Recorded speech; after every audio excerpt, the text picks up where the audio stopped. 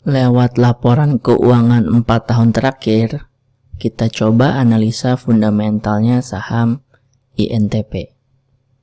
Dan lewat proyeksi dividen tahun 2023, kita coba hitung kisaran harga wajarnya saham INTP ini. Sebelum itu, saya punya 3 bocoran saham yang layak invest. Kenapa saya kasih status layak invest? Karena 3 sahamnya memenuhi 3 kriteria penting, yaitu fundamentalnya mewah, valuasinya murah, dan prospeknya cerah. Oke, kita masuk ke analisanya. Video ini dibuat 17 Februari, closingnya di 11.000. INTP industri semen ya sektornya. Ekuitas itu harta dikurangi hutang. Ekuitas INTP ini di 2022, Q3 2022 18,6 T, di mana ini adalah ekuitas terkecil selama 4 tahun terakhir. Dan di setiap tahunnya sudah berlangsung selama 3 tahun, ekuitasnya turun terus. Terbesar turunnya di 2022 ini, minus 13%. Itu secara tahunan. Secara kuartal gimana? Secara 3 bulan gimana? Nah, itu PR kita nih. Nebak kuartal 3 ke kuartal 4. Q3 ke Q4 di 2022 berapa? Di sini saya akan masukin minus 4. Kenapa minus 4? Karena di 2019 Q3 ke Q4 naiknya 3%. Di 2020 minusnya minus 1%. Ini hebat juga ya. Pas lagi pandemi cuma minus 1%. Terus di 2021 dia minus 4%. Nah, berarti selama 3 tahun terakhir terbesarnya minus 4%. Di sini saya tulis minus 4% dengan anggapan tahun depan, dengan anggapan Q3 ke Q4 dia akan minus 4% sama seperti tahun 2021. Oke, topik ekuitas selesai.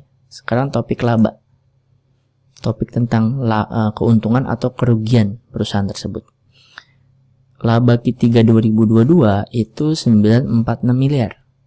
Ini juga laba terkecil selama 4 tahun terakhir. Turunnya dibandingin 2021 turun 22%, minus 22%. Itu tadi kita baru baca tahunan. Sedangkan kita butuh ngerjain PR kuartalan 3 bulan. Di sini saya akan masukin 48%. Alasannya kenapa? Karena di 2019 Q3 ke Q4 naik 56%. Di 2020 Q3 ke Q4-nya naik 62%. Di 2021 Q3 ke Q4-nya naik 48%. Jadi udah 3 tahun berturut-turut, dan itu bahkan juga di tengah-tengah pandemi. Q3 ke Q4 selalu bagus nih. INTP ini selalu bagus. Jadi kita tinggal nebak berapa besaran kenaikannya. Karena kalau soal nebak bakal naik atau bakal turun, bisa kita simpulin naik. Tinggal kita nebak besarannya berapa. Dan kenapa saya masukin 48? Karena kalau 62 mungkin pas lagi reboundnya ya, dari pandemi yang parah banget terus mulai rebound, udah mulai membaik. Jadi di sini 62% adalah yang terbesar. Saya masukin 62% kayaknya terlalu optimis gitu. Kalau saya masukin 56 agak masuk akal. Tapi saya masukin aja 48 buat perhitungan konservatif, buat perhitungan yang kalau misalnya ternyata hasilnya lebih besar dari 48%, kita udah aman karena kita ngitungnya aja 48%. Oke, topik ekuitas sama topik laba selesai dibahas. Kita akan masuk ke topik dividen, topik tentang perusahaan bagi-bagi keuntungan perusahaannya buat para investornya. Tapi sebelum itu, saya minta tolong ke Anda untuk like video ini dan tulis INTP di komen. Anda udah nonton ya setidaknya 4 menitan, saya asumsikan Anda suka video ini.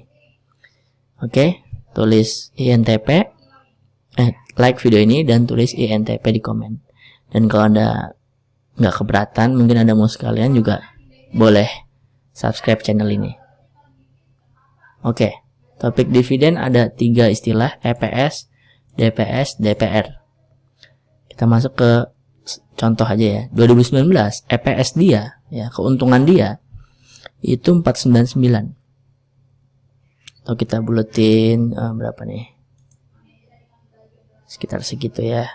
Ini bentar. Nah, EPS dia 498. Dia bagi-bagi, dia punya keuntungan 498. Dia bagi-bagi ke investor 500. Ya, kalau dibuletin berarti DPR dia 100%. Ya, dia punya keuntungan 500, dibagiin 500-500-nya ke para investornya. Jadi DPR-nya 100%.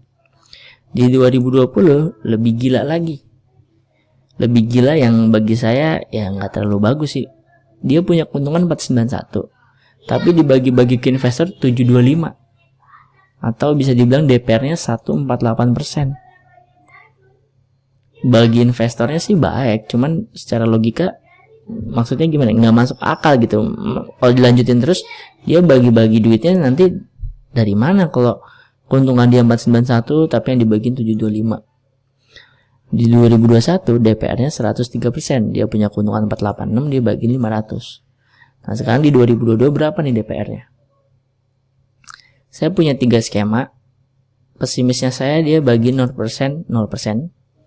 Bagiin 100% confident-nya saya, 103% optimisnya saya. Pertanyaannya, 3 tahun terakhir bagiin dan bagiin DPR-nya gede. Kenapa Mimin bisa nulisin 0%? Alasannya gini. Kalau kita lihat sejarahnya INTP bagi dividen, ya, ini INTP bagi dividen. 92, 93, 45, 6, 7. Nah, 98 dia nggak bagi dividen sampai 2005. Artinya sepanjang sejarah dia pernah nih dia nggak bagi dividen ketika kumat. Dari 98. Oke, katakanlah 98 krisis. Tapi kan mungkin krisis sampai 2000 atau 2001 lah untuk recovery ya. Nah, 2002 sampai 2005 mestinya dia bagi dividen dong. Nah, ini dia enggak. Baru bagiin lagi 2006, terus 7, 8, 9, 10, 11, 12, 13, 14, 15, 16, 17, 18, 19, 20, 21. Oke. Jadi dia cuman bolong bagiin pas lagi dia habis krisis moneter 98. Tapi bolongnya selama 98, 19, 2000, 1, 2, 3, 4, 5, 6. 9 tahun bolong. 9 tahun bolong. Jadi sekali dia bolong 9 tahun dia nggak bagiin.